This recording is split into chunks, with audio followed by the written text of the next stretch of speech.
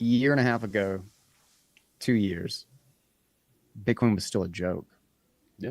Bitcoin was still something that was very hard for someone legitimate to, you had to have balls to go speak of it like a legitimate thing, Hmm. like a serious player. And today, it is a legitimate safe haven asset. Like, even though it hasn't been adopted like that, in the sense that like every institution is rushing out to buy, the the conversation has completely changed, like night and day.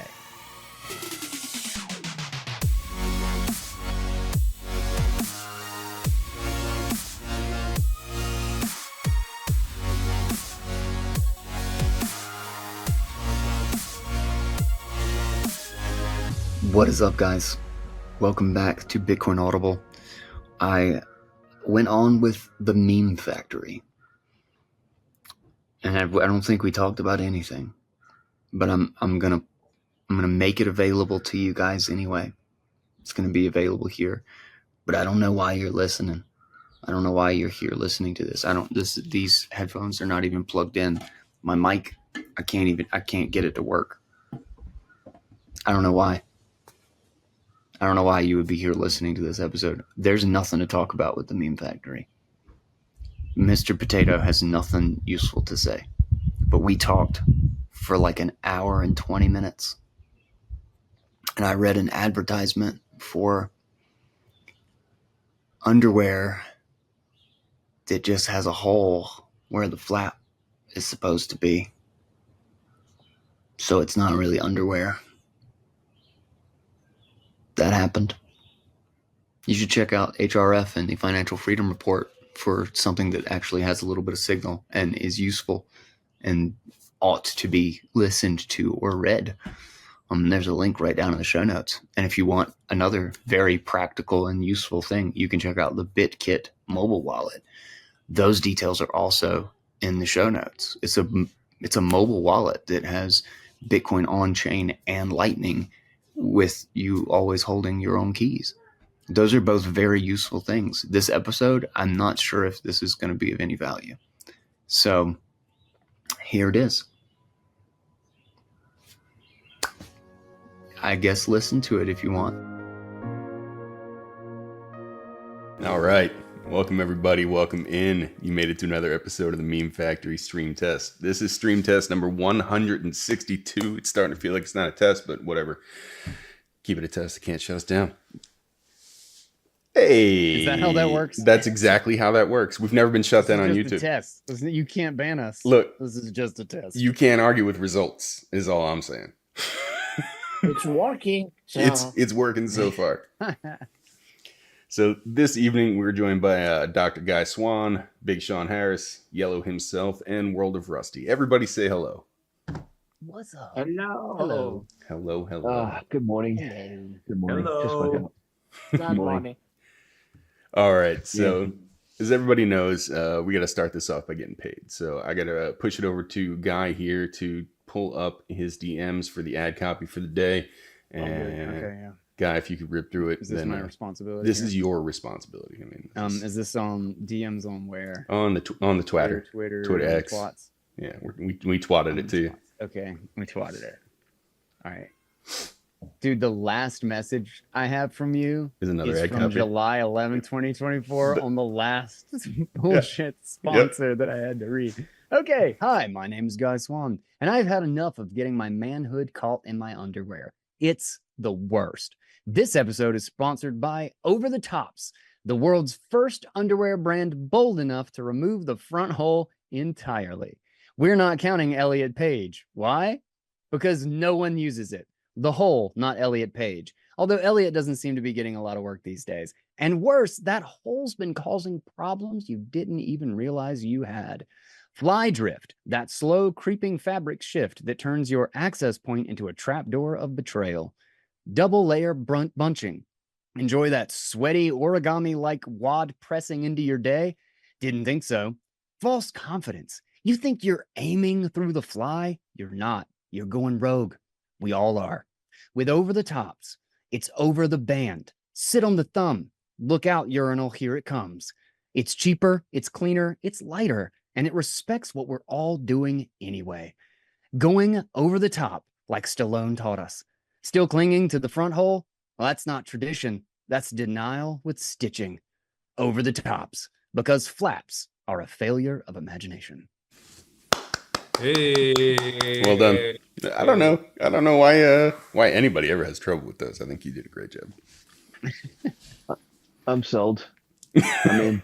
Greg, I'm kind of, I'm just, Greg, were you know, were you taking shots at someone right there, Greg? Who were you taking shots at? Nobody. I mean, Elliot Page kind of Were you fell into taking my lap. shots at CK right there. Is that what you're doing? I mean, he fell into the joke as it was coming out, you know. And I was just like, I may as well put it in there because nobody's putting him in films. How are you doing, guy? It's good to see you, man. doing pretty good, boss. As you mentioned, it's been a year since we messaged back and forth on Twitter. It's been a year since you've been on the show, roughly.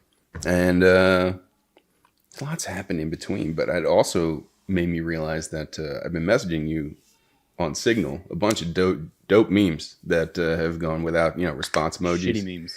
But Very it's shitty memes. because you're not using Signal, I figured out. I do break it out every once in a while, but I always ignore yours. That's impressive. It's hard to do Yeah. because I think I just have notifications for our chat. yeah, it's Guy- just Just ancient notifications. Guy is a unanswered. Keep Maxi, Greg. Come on, we know that guy is a Keep Maxi. he is a key. That's exactly right. He is. Oh shit, I'm not even updated. I know. Oh my god, I have so many messages in there. Yep, there we go. Okay, Oh now my the God, rest I of the feel show bad. will be Guy Thanks, reading Gary. his Signal messages for the last 6 or Yep. 7 months. Yep, that's my bad. A lot of them are from you. Most of them are from you. Good, you have a good. Yeah, Greg has this thing where he just keeps messaging people that ignore him just Mm-hmm. over and over again.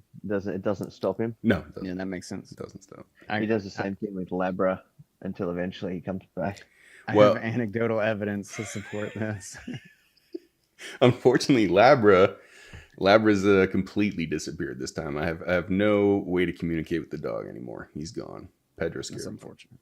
It's unfortunate. I think Yellow still communicates with them. He might. But we'll never know, will we, Yellow? I think that speaks for itself. So, Oh, what is this a cue for me to interrupt and insert some humor to this? it was, and then you missed the cue. Participate, maybe. A little Yeah, bit. if I want, guy, okay? You don't have to be funny. Nobody thinks you're Okay, actually guy, don't funny. push me. Jesus. All you guys do want. You gotta do this. You gotta do that. You gotta be funny. You gotta do something. Sing. And I give. Sounds like Yellow hasn't had chocolate milk today. Exactly. It sounds like I don't drink chocolate milk, Sean, and you know this. it sounds like the problem. He hasn't had any chocolate milk. Confirmed, Sean. Good call. Good call. Someone get I him. hate you guys. He needs some milk. I really hate you. So, Guy, you're still I still owe you a giant debt of gratitude. I read very slow, and Bitcoin Audible for me was a source to be able to get caught up on understanding Bitcoin faster than picking up the books and going through them myself, because a lot of those books are also not audio books. You're not going to find a lot of Mises or a lot of Rothbard in Audible. How is that going, and where are you spending your time these days with regards to Bitcoin? So a couple things actually. Well, first off, it's going great. I've been trying to get back into people, the video content is just so much more valuable these days with the way the platforms work and way people's attention spans are. Yeah. And I've been trying to boil down stuff into this zone of 3 to 8 minutes of trying to hit the point just to draw people into the longer discussion. And it's super hard to get a good argument or a frame of reference boiled down into 4 minutes or 5 minutes that's coherent, and really hits the point home. So it's been slow going, but I've been doing a lot of work in that just to try to get the ideas further out there. But generally, the show has been doing great. I've been doing audiobooks pretty regularly. I just finished up Bushido Bitcoin, and which was super good. And I'm listening through, doing first proof listens on that, which I've kind of taken the last couple of days off. But I should have that done this week, a few days probably. And then we'll push that to Audible and just see. It takes a couple weeks for them to approve it, so that should be out soon. I got a book on Craig Wright that I'll be starting very, very soon, which I am super stoked about. It'll be kind of the definitive history of the whole thing, of fake Toshi. Nice.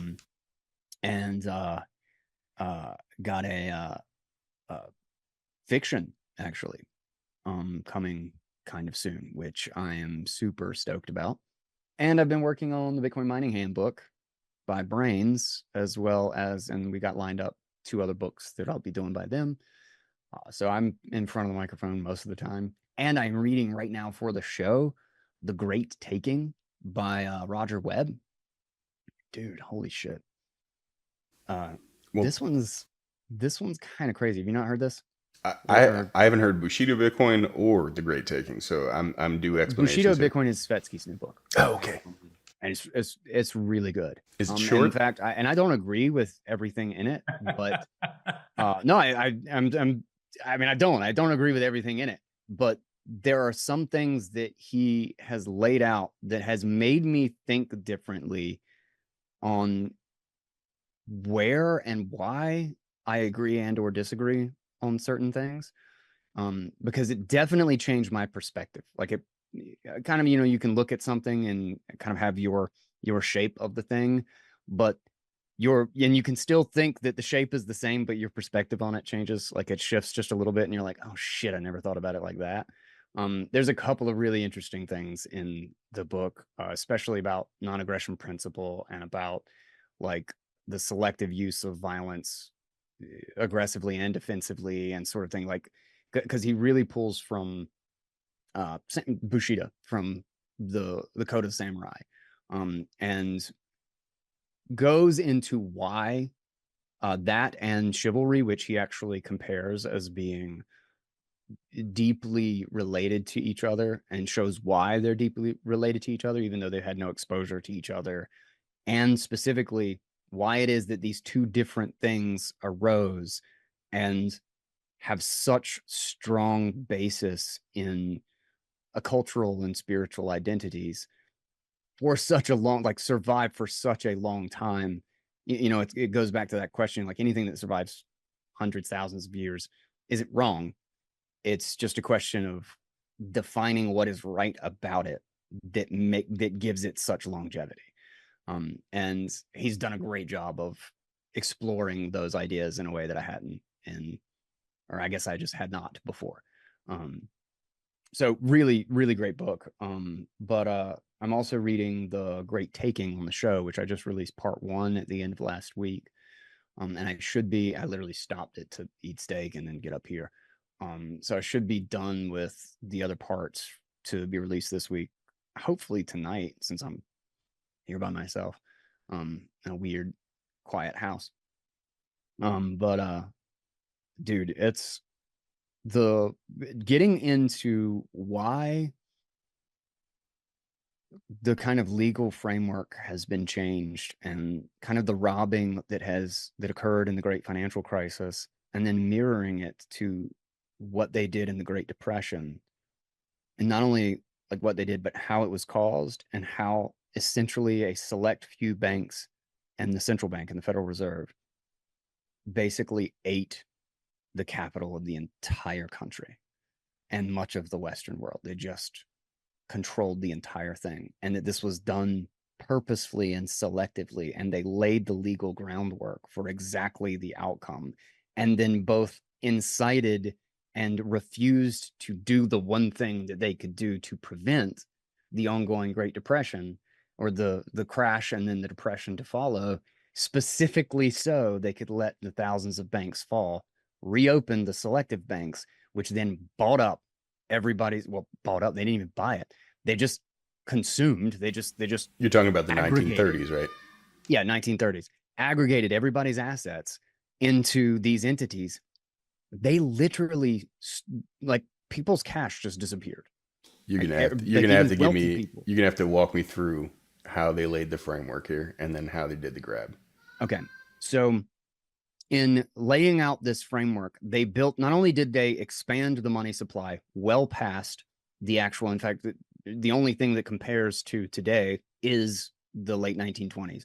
They massively expanded the money supply and the debt in order to blow up a bubble. And then While we when were the still in a crash- gold standard, correct? while we were, sort of, but yes. And they were allowed to expand credit, quote unquote, allowed. The rules were such that they could expand credit where gold backing was 40% of whatever their credit expansion was. And when they basically reached the limit and the collapse came, they actually, even though they had everything in position and able to push the liquidity to prevent the crisis and actually let a slow unraveling and shifting of capital continue, they just waited. They just waited as bank after bank after bank fell. And it's funny because he actually talked to the author actually talked to his father and his grandmother about what happened and what they knew about their situation, because they were young kids. They were like 12, 13 years old back when this had happened. And he said the thing about it was that nobody, like even wealthy people, just didn't have money anymore.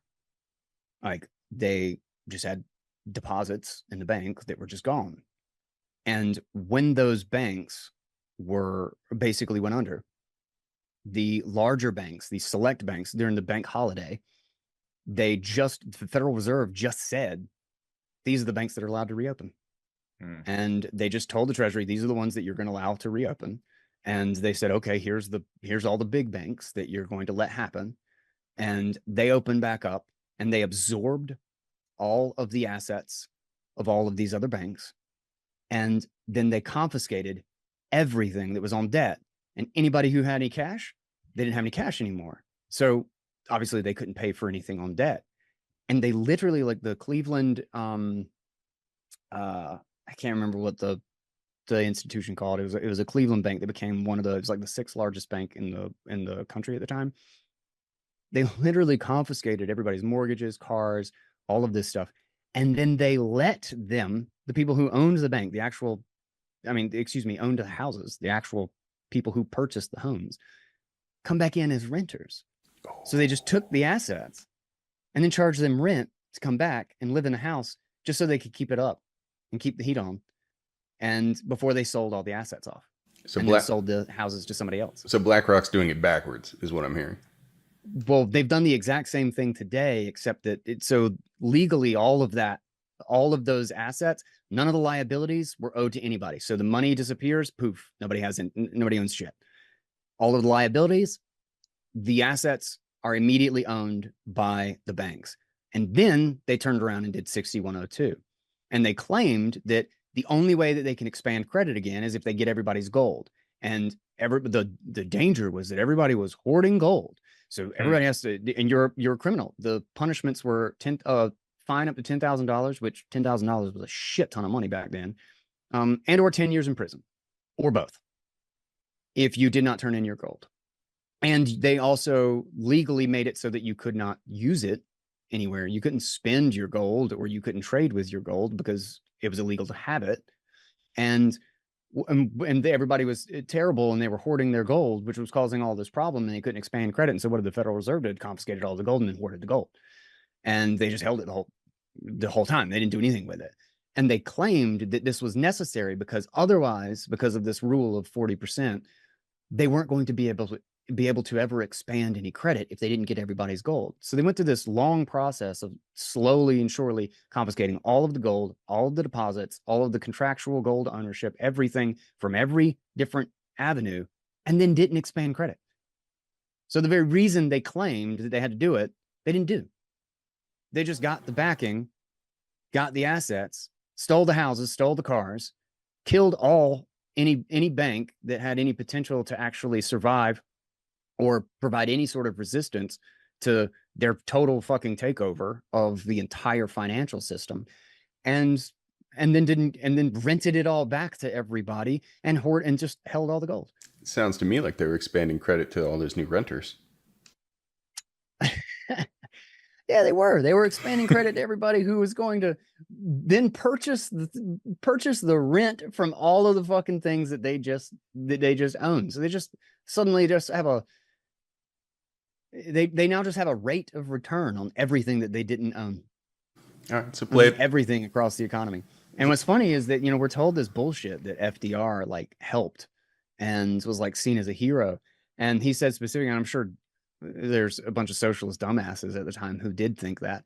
But it was funny. He said his grandpa specifically said, it's like, no, everybody he knew and he himself saw him as literal Satan, like that he was the most evil piece of garbage that they had ever. Guy, like, I'm sorry to witnessed. do this, but we got a rule. If Rusty's got his hand up, I have to interrupt you and let him ask this question. Okay. Hey, good morning. I just thought I'd give I feel a cheated. chance. I just wanted to give you a chance just to take a breather for a second. we all know what happens when you ask an autistic person about their special interest, and then so we'll give you a break. No, I did have a question though, going back for about 10 minutes when we were talking about you writing a book. How's your stuff first of all, going? 15 minutes First of all, later. there's so many. Oh man, I had so many jokes in the last 10 minutes that I had to store up. First of all, you were right. People only have attention spans of like 5 minutes. No, when you said you were writing a book about the Craig Wright story, does that mean Did not that write we're one. gonna Reading one. what? I am you're writing gonna a read one. book, sort of, but I am reading a book about Fake Toshi. Craig Wright. Okay, cool. Does that mean that there's going to be another book coming out by Roger Ver called like Hijacking Satoshi or something like that? We're gonna get both sides of the story. Are you gonna read I really it? hope so. You gonna read it? Or maybe one by Calvin Ayre. Rusty, out of all the jokes you could have used, that was the one for the That's last. the one you wasted it on. Come on. Did you get the one about? Did you get the one about the attention span of the 5 minutes? It's rather short. Yeah, I think that. Let me Yeah, I just wrote check that my one notes. down. Yeah. yeah, because he said And that was it. I had some others, but they left me. Greg mentioned one, which was Bushido Bitcoin. That was a short story, right? That was wasn't a long. It was a short read. Right. Yeah. It's 400 and something, 440 words. short pages. Short Big words. Yeah. Oh, the other thing I was going to do was like impersonate small Nixon pages. doing the whole speculating, protecting the dollar from the speculators in the Nixon voice. I was going to do that as well. You're about 40 years early, though. Yeah. We're still in the 30s. Okay. Do it. Let's hear it. It's relevant. Let him do it. Let's hear it. It's relevant. Protecting the dollar from the speculators. Was that? That was Okay. that, That was I was terrible. like, That was so bad.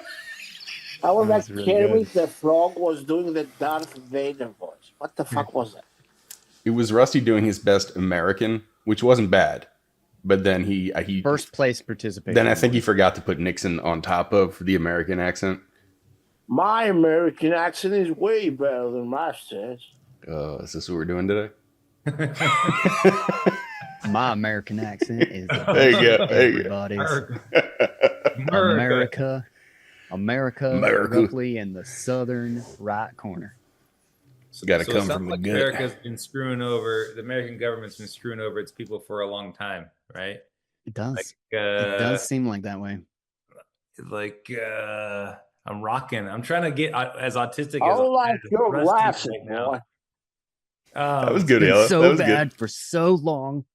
What I did see was you have Daddy DeSantis down in Florida, who is mentioning they want to get rid of the property taxes on homes. That seems like another thing that they would have done in the 1930s.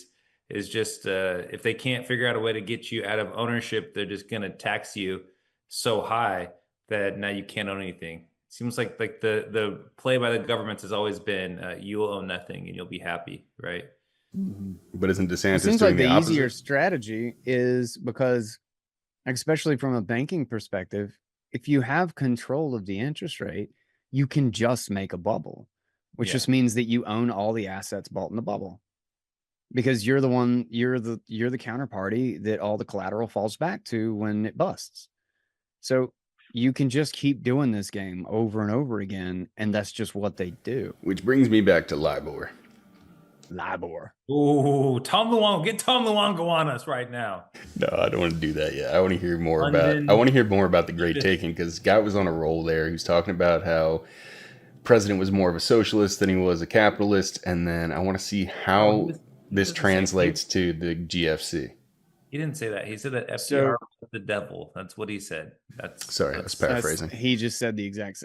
That's what he just said. Same. You just same. It's Same different, thing? but same. But still same. I couldn't tell on that one. But so the way this relates to the global financial crisis and the situation we have today is that gold isn't even considered like the dominant collateral anymore. The dominant collateral is now everybody's assets, securities, is commodities contracts, like all of these things it's everybody's retirement, it's equity in every company. That's the dominant mode of collateral. That's or means of inside collateral inside the what? US. No, everywhere. Well, I'd still say USTs are what, 60% of the collateral market. USD dominated. I mean USTs, Treasury bills. Oh, well, bonds are included in that. Like, Gotcha. the securities, bonds is a form of security. I just felt like they could be separated out as the number one, and then like everything else is secondary. Sure. Unless you're sure. inside the US, and then you can talk Have you about ever it heard as of being Greg primary. Foss talking about the dog that wags the tail? Yeah. What happened to him? Where's Greg Foss? Yeah, I don't know what happened to him actually. He was doing some energy thing, and I think that went south. Yeah. I don't know. I think, but I do know that he's Sucks. been doing the risk thing, the risk chair for 30 years. I remember that. It might be 35 years at this point. But yeah, so they have laid the legal groundwork that basically these depository institutions at a national level and then at an international level that all clear to the basically back to the Federal Reserve. They have made the legal framework, and this was actually proven in court precedent in case law during the global financial crisis, because this shift has occurred since from about 2004 to 2014, when basically the entire standard global operation was the same. And there's no way to own securities anymore. If you own securities today, in 2004, you could own a security. And especially in Sweden or Finland, a lot of Nordic states, and in some areas in the EU, you could outright own the security. You could get your paper security, or if you just bought it with an institution, you could have what's referred to as a VP account. And you actually held the legal entity you were a legal entity that held the legal ownership of that security. And if anything happened, if the bank went under, if the central clearing party went under, didn't matter. That was your security, and the local jurisdiction would enforce that ownership. And so you would just take your security and you'd be like, oh man, sucks to be this banking institution that's totally leveraged to the hilt. And, they thought they wanted my stuff. But we have leveraged so bad and gone through so many cycles now of over leveraged on top of being over leveraged, that they were desperate to figure out what to call collateral against any of it, because we have no collateral. We have zero collateral. In fact, in the global financial crisis, when like JP Morgan was moving derivatives, and this was completely supported by the Fed, they were moving a lot of these assets, quote unquote assets, the actual the toxic debts into subsidiaries, and then letting subsidiaries close. And they were moving the assets to different subsidiaries. And so they were just separating their stuff and then letting subsidiaries collapse, then taking all of the underlying assets and collateral and then merging it back into the bank. So they were literally just like, their institution is fucked. They're insolvent. They have nothing to cover Not anything. anymore. And then they're moving their toxic debt into a subsidiary. They let it collapse. They go through bankruptcy proceedings. And then because they are, and this is not even a joke, called the protected class of these financial institutions, they then get to the very company, the very institution that issued and sold these securities to customers, then get to confiscate them back from the customer as collateral because they're the SIFMU something. I cannot remember what the acronym stands for. It's something similar to kind of like the whole too big to fail thing. They're like a systemically important financial jackasses. And so even though they issued and sold they sold these securities to customers, they didn't get to take them right back for no reason and screw over their actual customers. They just get to sell them and then take them and own them. Like, imagine if I sold you a house, but then if anything ever happened to my bank, I get to take back your house. Like, not even like a mortgage. I sold it to you and you owned it with the property. Like, you own it in the city hall, like in the registry of deeds. You own it. It's yours. You've paid for it outright. But then my bank goes under and I get to push this to a subsidiary called Not My Bank LLC. And I get to push all the bad debt that I completely irresponsibly took on because I am a complete piece of shit idiot who doesn't know how to manage my money. I push it into the subsidiary, collapse the subsidiary, and then I get to confiscate your house to back my assets of the new of what's left of the institution. That is literally what happened in the global financial crisis. And a whole bunch of clients got together and did a big class action lawsuit. And then they said, no, here it is in the law, which they'd been changing slowly since 2004. Here it is in the law that because they're the SIFMU, the systemically important institution, then the conflict of interest that was usually illegal for them to like claim that they get to now take back the collateral is different. It's not the same here because they're in literally the quote unquote protected class of financial institutions. And so they just took all of the clients' assets of the institution that they collapsed, that they drove into the ground, and took all of the client assets and used it as collateral to basically restart. And they were moving in just this is one bank. They're moving like something like 75 to 77 trillion dollars of toxic debt into these subsidiaries to collapse them. And then after they took everybody's collateral and assets back, get this, the global economy, the whole global economy was $74 trillion at the time. Okay. Where are we at now? JP Morgan was clearing out toxic debts by pushing it into subsidiaries of 77 trillion. Oh my God. One bank. And many banks were doing this, all at the behest of the Federal Reserve. The Federal Reserve was saying, this is good to go. This is how you clear your books. Take everybody's assets, take the collateral, and clear out the debt. Now, you don't own anything anymore, anywhere. Nowhere in the global financial system does anybody own a security anymore. And in no local jurisdiction will your right to that security, whether it's in your retirement or anything, be legally protected. Now the central security, he uses acronyms, and I forget what the acronym stands for. The CSDs and the international version of these things clear all the way back up to the central clearing parties that basically end up being backstopped by the Federal Reserve. They own all of it. Everything is a pooled resource. You don't actually own a actual security with your name on it. You own the entitlement to a security pool that the right to collateral belongs to the international CSP. Can I make sure I got this right? I want to make sure I'm following you so far. Can I? Yeah. Can I? All right. So let's say we're on the cusp of another breakdown like that. Mm-hmm.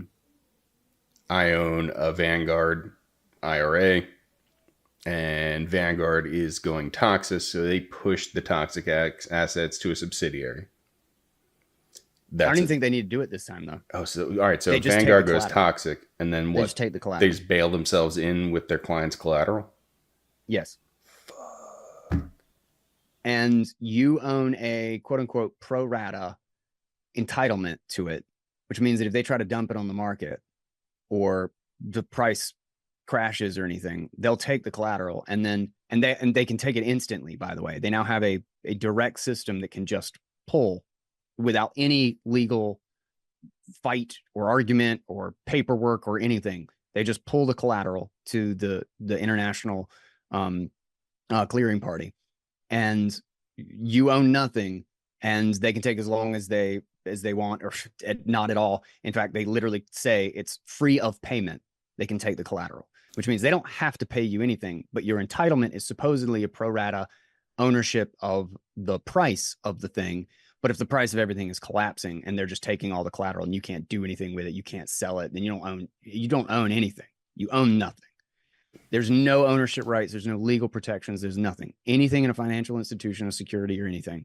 If we have another major crisis where multiple banks are failing, it's just going to be gone, just like in the Great Depression. And they don't have to 6102 it because they already did. They've 6102 for the last like 14 years into a financial standard, and they just have it. It's literally just theirs. They sell you basically a napkin that says you own it. It's basically like a shitcoin. It's a perfect example of a shitcoin. You just made me so much more bullish on Bitcoin. It doesn't mean anything. They sell you a fake sticker that says you own some of this, and then they can do whatever the hell they want with the sticker, and you're just paying full price for the sticker. Nice, like MSTR. It's like a $300 trillion Mt. Gox. Basically, Makes me want to buy Bitcoin.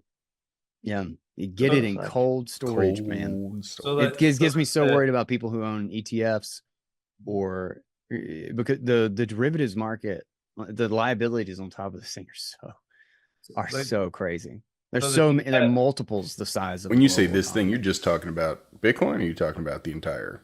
No, the system, the whole thing, the whole kit and caboodle. Yeah. So to think about this more simply, right?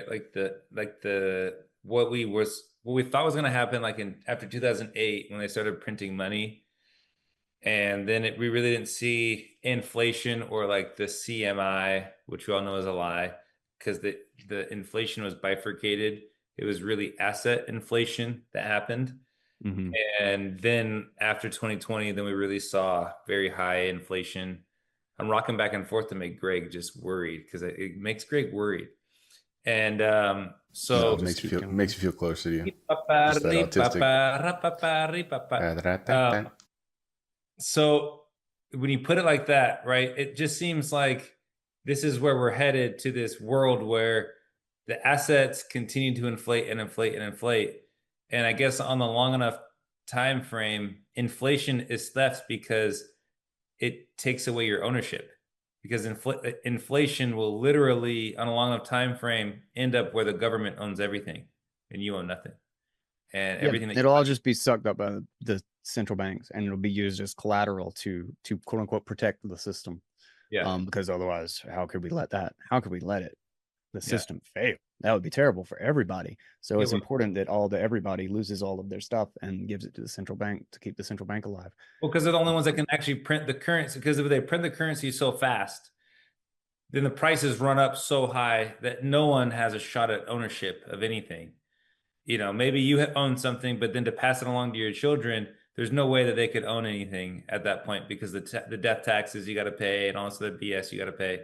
We've basically been in kind of a permanent everything bubble for like 20 years. Like it's just been progressive, such that like, because the price of everything is driven so high so fast, everyone owns everything with debt, which means nobody owns any of it.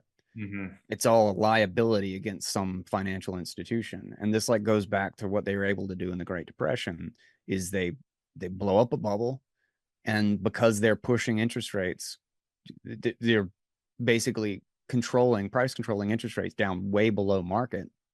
Well, then they can just get a whole bunch of people to quote unquote own things for them. Because if I issue $100,000 loan out of thin air, 100,000 that I didn't have, and you buy a house with it, you bought me a house. You bought me a house. I didn't own a house. I didn't build a house. I didn't do anything. I just had the right to issue $100,000 in debt, and at a price that makes no sense because nobody's charging me for rent of that. You know, if I had to borrow $100,000 from you, I can't just give it to you for nothing. Good question. But if I can issue it out of thin air, I drive up the price of the house, and you're the one that takes on the risk, and you give me the house. And for all the time that I don't have the house, you're paying me rent on $100,000 that I never owned. Like, imagine if you could go from zero to owning a house and 4% per month on that house for no reason. For no reason. You just have the authority to write that debt into existence because you're a special institution. I would love to be that special institution. Can you send me the paper? Like, I'll fill out all the paperwork and become that special institution. And then you give me a house. That'd be great. And they just do this in mass. They do this systemically across, just completely fuck the prices of the entire market and bloat everything to a point that anybody who actually saved to buy a house can't afford one. So they have to go into debt too. And even the people who literally actually earned and built all of the houses have to go into debt to buy the house, and the bank still owns it. So the bank owns everything because they either inflate the prices away or they give money at a completely under market rate to anybody to buy them a house. It's funny, right? Every time you buy something on debt, you're just buying it for the bank. Like, I have friends, right, and people are starting to buy homes, and they'll be like, "New homeowner." It's like, okay, you put, $25,000 down on a $500,000 home. Yeah, you're a homeowner now. Like, no, the bank owns you. The bank owns that home. The moment you miss one payment, like, it's going right back to the bank. 3 payments. That's the thing, is it's not even the moment you miss the payment. You're right. But it's not even about missing the payment. Yeah. The second the bank needs it for any of their purposes, to protect their own ass or to make sure that they can pay the loan to the other bank, it's gone. You don't actually legally own it. You own a liability at pro rata rates, which means that if it crashes, you're out the house. You don't have physical, like, genuine ownership of anything anymore. It's all pooled resources owned by the central bank and the central clearing parties. Common I think this is resources. working. I think the price of Bitcoins, since Guy Swann started talking today, the price of Bitcoin's gone up like $1,000. This is working. Yay. It's working. Nice. People are watching the Meme Factory. We have Larry Fink is watching us right now. Big market moves. Big market. I feel like in practice, what just keeps happening with all of that is that every time you get ahead, the government just finds a way to make sure to put you back under again. Like, every time we you get a good portfolio, things start to look good, start to build wealth for your family, and then all of a sudden, oh, sorry guys, financial crisis. But don't worry, shucks, didn't see this one coming. Everyone is affected. It's not just you. Don't worry. And everyone's like, yeah, that's true. I guess everyone went broke, so I guess I can't complain. It's like same thing with my superannuation. Like, I've finally managed to create a good superannuation fund, which is compulsory investment that we have in Australia. Oh, jeez. And then and you're not allowed to touch it until you're 55. And it's a perfect vehicle for Bitcoin. So I put my superannuation into Bitcoin. It goes up big, and then the government goes, oh, sorry, now we're going to, starting on July 1st this year, we're going to start taking unrealized capital gains from you. It's like, it's another way that the government has like closed a loophole and takes half Are they your actually shit. doing that? Yeah, I'm pretty sure it's coming in July 1st this year. Well, Unrealized the capital problem gain. was that a few years ago, the Australians, they decided to give their guns to the government. And This worked out real well. Now the government can Yeah, do it. there was this guy that like shot a whole bunch of people, and then the government was like, "Hey, we can't have I'm sure that." the government So paid for him. yeah, exactly. Yeah, so everybody It's a hand test in their stream, guns. guys. It's a test stream, YouTube. We had a gun amnesty. Where people can hand in their guns, and you don't get in trouble for having the gun. It's like, oh, really? I can hand my gun in, and I don't get in trouble. It's Thanks. amazing. Thank you. That's great. Would you like my balls? I could cut those off too. My balls, my wife, my I got Bitcoin, really good guns, jars. I got really pretty jars to put them in. my home, my superannuation, whatever was mine is now yours, government. Mm. It worries Thank me you about for people protecting me. building, about people buying Bitcoin derivatives. I like. That's insane that They're they're not doing gonna have derivatives that. on Bitcoin. They're not I gonna can't believe get they any have of the that. balls to fucking do that. Yeah, That's just, it's gonna blow up. Yeah, the it has to. It has And to. why? People are like, how can this blow up? It's like, look at the bond market right now. People didn't think the bond market could ever blow up. yeah, it's crazy. It's funny. I think there will be a huge fight. And I actually think the only anybody or anything that can put up any resistance would be a collective holding the line of people who hold Bitcoin keys. Mhm. Because Guns too. oh yeah, right, Yeah. with guns, With guns, yeah. like Can you send me some guns? I don't have any. We have- I'll sponsor your visa. I'm really That's it. sorry. You have a You show. should move over here. We got Well, that's an option, guns. right? That's a good thing about the superannuation thing. If shit gets too bad, you can just be like, well, guess what? My keys are in my head and I'm out. Yeah, that's what makes this whole thing different. And it's what makes what's happened in Bitcoin lately both a little unnerving, but also just wild. Well, there's a The lot of stuff that's been shift happening. So what do you that mean? is happening. The shift in mentality. Like I still think people have discounted the. It's harder to see the mental framing shift, like the perspective that people have on it, because it's slow. You know, it's a gradually then suddenly thing. But a year and a half ago, 2 years, Bitcoin was still a joke. Yeah. Bitcoin was still something that was very hard for someone legitimate to, you had to have balls to go speak of it like a legitimate thing, like a serious player. And today, it is a legitimate safe haven asset. Like, even though it hasn't been adopted like that, in the sense that like every institution is rushing out to buy, the conversation has completely changed, like night and day. And I don't think people realize, because it's kind of the premise of the conversation. You know, it's the underlying, where are we arguing from?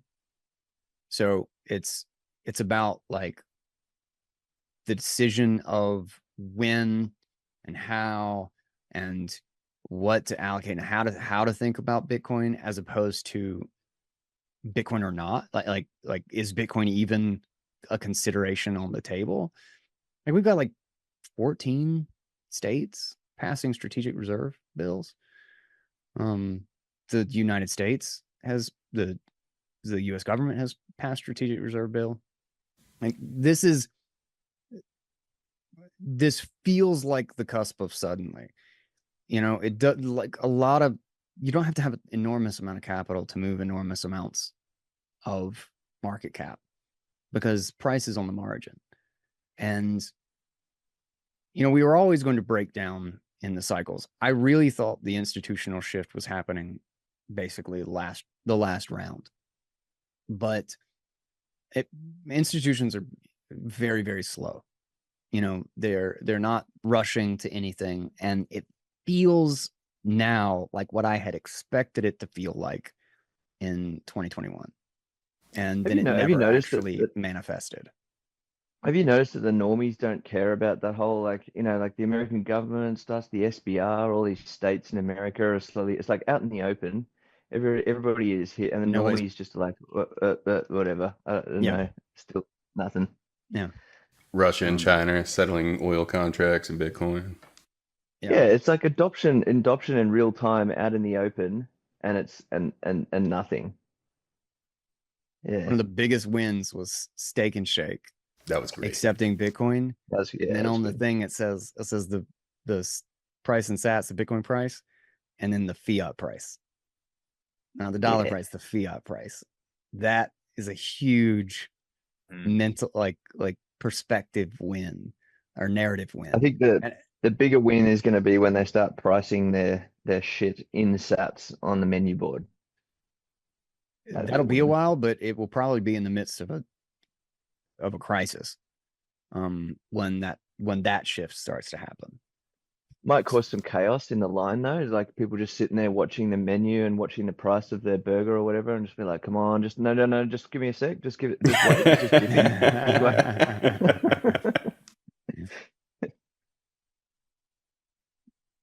Just hang tight. It's gonna be cheaper in a minute. Oh no, it got really expensive. Let's buy.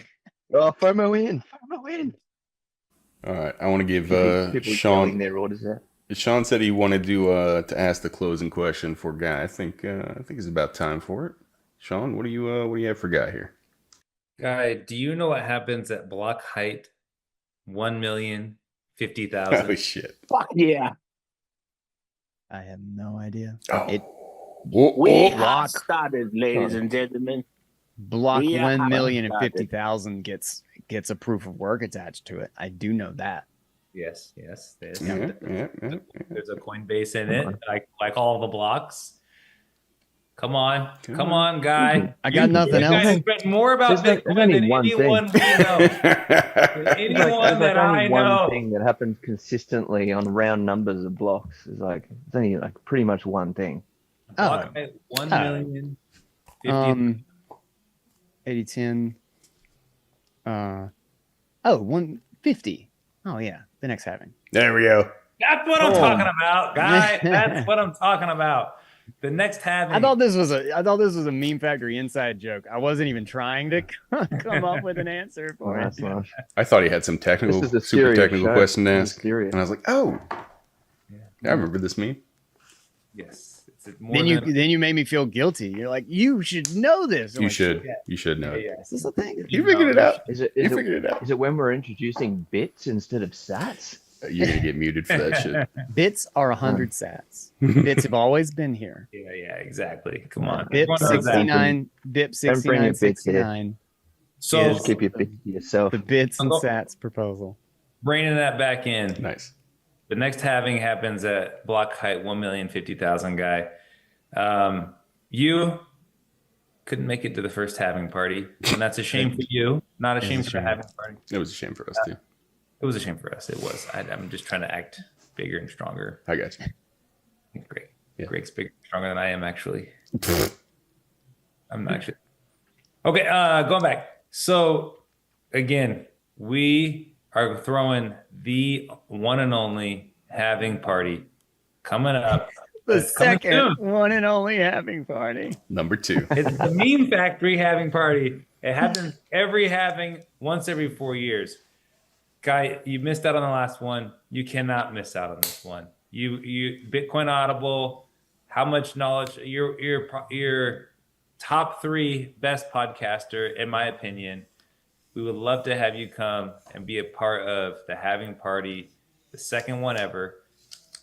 We have not disclosed the location yet, but we know that you can get there. I'm pretty sure I'm busy at block 1,048,000, but after that, I'm wide open Perfect. Okay, so for at least 10,000 blocks. you So heard it here right first. now, temporary allocation to this in my schedule. I'll put it on my calendar. Okay. Nice. Guy Swann. Guy Swann is time locked in. Time locked. Yeah. Yeah, because we time locked you last time. It's We a did multi-sig right here. We can pull the tape from 2021. You were on the show in December of 2021. Did We I can pull that promise? tape. You said you're going to be I that first. promise harder this. One. Okay. All right. All right. That's good. I think you promised. That's a pinky Because promise. if you Come on. promise hard I and don't deliver, promised so hard. Oh my God, I promised a bunch of times back to back. That's a promise derivative. clear your schedule. That's all we're saying. Clear your schedule It's all because owned by the I'm- clearing I'm- party. Or let me just put this out here. There was a lot of people that came down. They weren't expecting much from the meme factory, and they had absolute magical time at the having party. Corey Bates met his wife down there. Oh, Master Bates. Twins, yeah. Master. Surfer Jim. What? Surfer Are they having Jim. a kid now? Oh, Met his girlfriend they're down having there. a kid now. Good married guy. Guy probably doesn't. Greg know. think Frederick we- brought his wife We down. had like 3 or 4 married couples out of that party, didn't we? That's how magical it was. Yeah. That's what I'm trying to say. Yeah, that's pretty good. That seems How many pretty babies are there? I magical. think there's a few. There's It's a lot of few babies. Harvey babies. It's a lot of I'm having pretty party babies. sure. Do you want another one of those, guy? Have you got enough? yet? 9 months after the having party, at least 40 Bitcoiners. It's at least 21. But no, in all seriousness, guy, we would the having party would not be the same without you. So we would It wasn't. That's why. Well, we don't. Yeah, we don't know that because he wasn't at the first one. Yeah, but it would have been different. I could see it in my mind. It would have been different. It would have been different. All right. If guy was So- there, I could see in my mind. You know, we had Ben Sessions was down there. He was waiting for you. He was holding a sign. He said, "Where's Guy?" That was the sign. Where's he at? All right, so there was one audience question we did not ask you. It was from Tora Pottle. So before we go, I want to get that answer for him. And I want to make sure I say it right. He wants to know, Oh, okay, Tora. is it pronounced pecan, pecan, or pecans? Round here, we call them pecans. Ooh, pecan pie. Thank you for still being here. I'm in the mountains, and neither Greg nor none of those people are here. I'm just hanging out by myself. I'm not even going to re-listen to this episode. I don't remember what we talked about, and I don't think it was important. So I have nothing useful to add. You shouldn't be here anymore. The episode's basically over. But you should check out the Financial Freedom Report, and you should check out the BitKit wallet, and you should subscribe to Bitcoin Audible for episodes that are like better episodes that will come in the future, and because we'll have lots of those. And I'll be back on with the Meme Factory in like 6 months to a year probably, and I'll unfortunately publish that to this feed as well. All right. Thank you for listening. Until then, I'm Guy Swann. Take it easy, guys.